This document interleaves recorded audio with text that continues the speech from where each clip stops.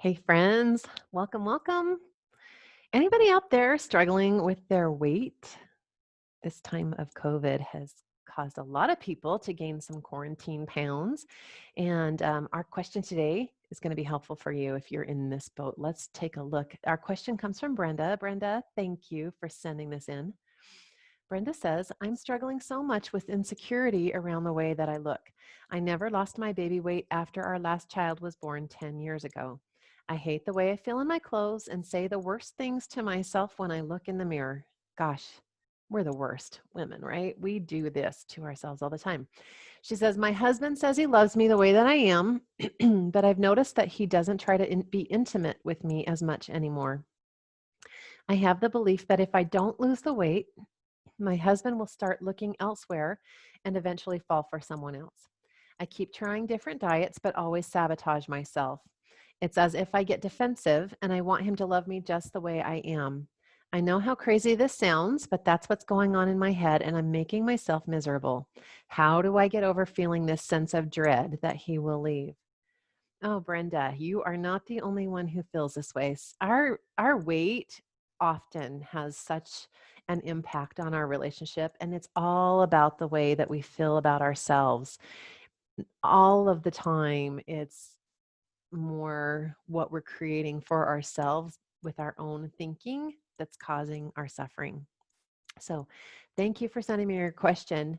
Um, That's really why the weight loss industry is one of the most lucrative industries in the world, right? Women are obsessed with their weights. We are obsessed with looks and trying to feel good in our own skin, feel like we measure up in some way.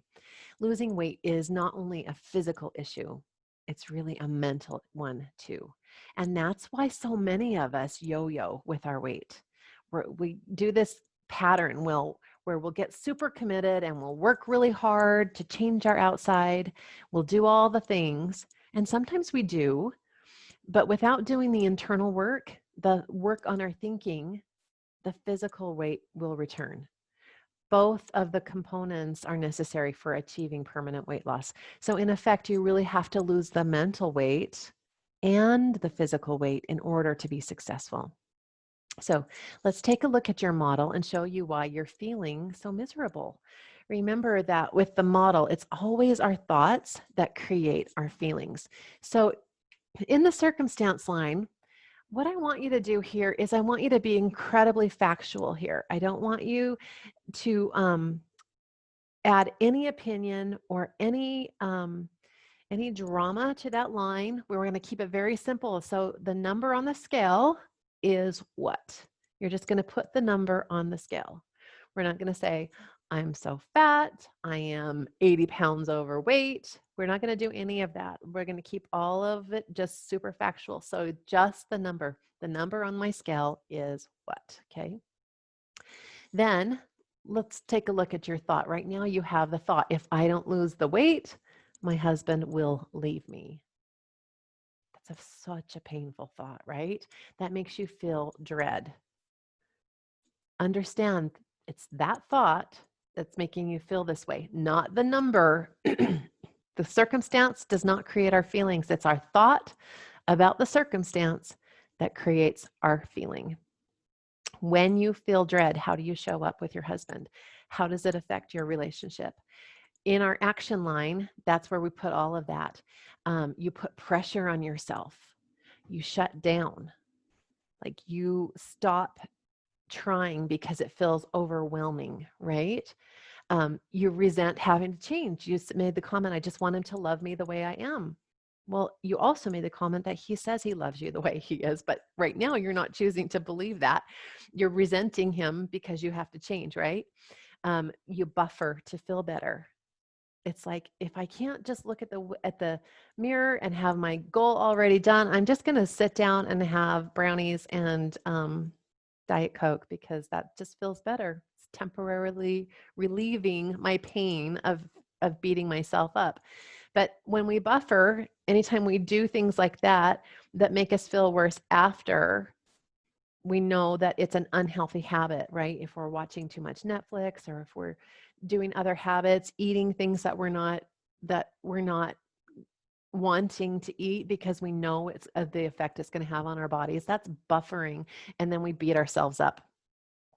The other thing that I see and notice in your note to me is that you stop engaging with your husband in a healthy and happy manner. Like, you think he's the one that's pulling away, but actually I see it opposite. I think you are the one who's also disengaging. And we do it because of this feeling of dread, right? We don't like who we are. We're worried about what we're creating for ourselves. And this is our action line. And then our result is, I hate myself. And because I hate myself, I believe that he hates me too. That's your result when you think the thought that if I don't lose the weight, my husband will leave, right?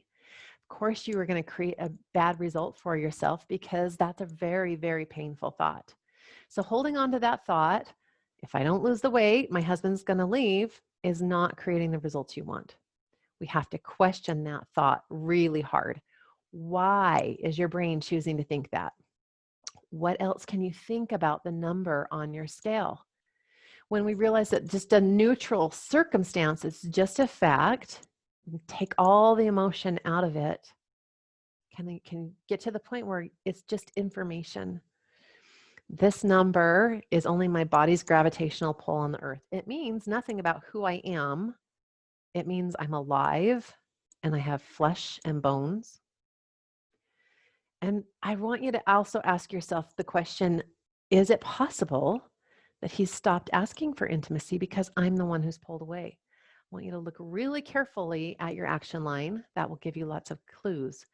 So there's so many questions that you can work on here. The most important thing for you to realize is that this thought, this one here, if I don't lose the weight, my husband's going to leave me, that thought's optional. And you can choose a different one whenever you wish. So I think for you, it might even be a good idea to start here in the feeling line. We're going to keep the circumstance the same. The number on the scale isn't going to change yet. How do I want to feel about that?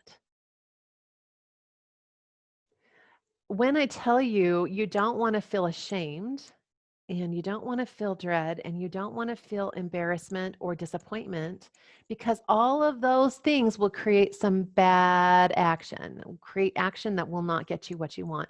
So how can you feel about the number that will create some positive action for you? That's the work for you. Finding a thought, and maybe you want it to be, maybe you want this feeling to be something like confidence or secure, or even maybe some self-compassion.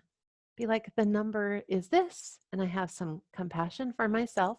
What's the thought that I can think that will create that compassion for me? That's your work. So start there and see what you come up with. And I would love it if you'd let me know. Send me a quick email. Interesting for all of us, because I know all of us have been in this situation. It might not be about your weight, but it could be some other aspect of yourself that you don't have a good feeling about. So finding the feeling, choosing intentionally how you want to feel, and then finding a thought that supports and creates that feeling, that's the magic, and will help you take action to create a better result. So, okay, friends, that's all I have for you today. If you want some personal help from me, book a call with me and let's chat. I am telling you, my clients are killing it. They are amazing. I have the world's best clients. They're creating amazing transformations for themselves, and you can do it too. Have a great week, and I will see you next time.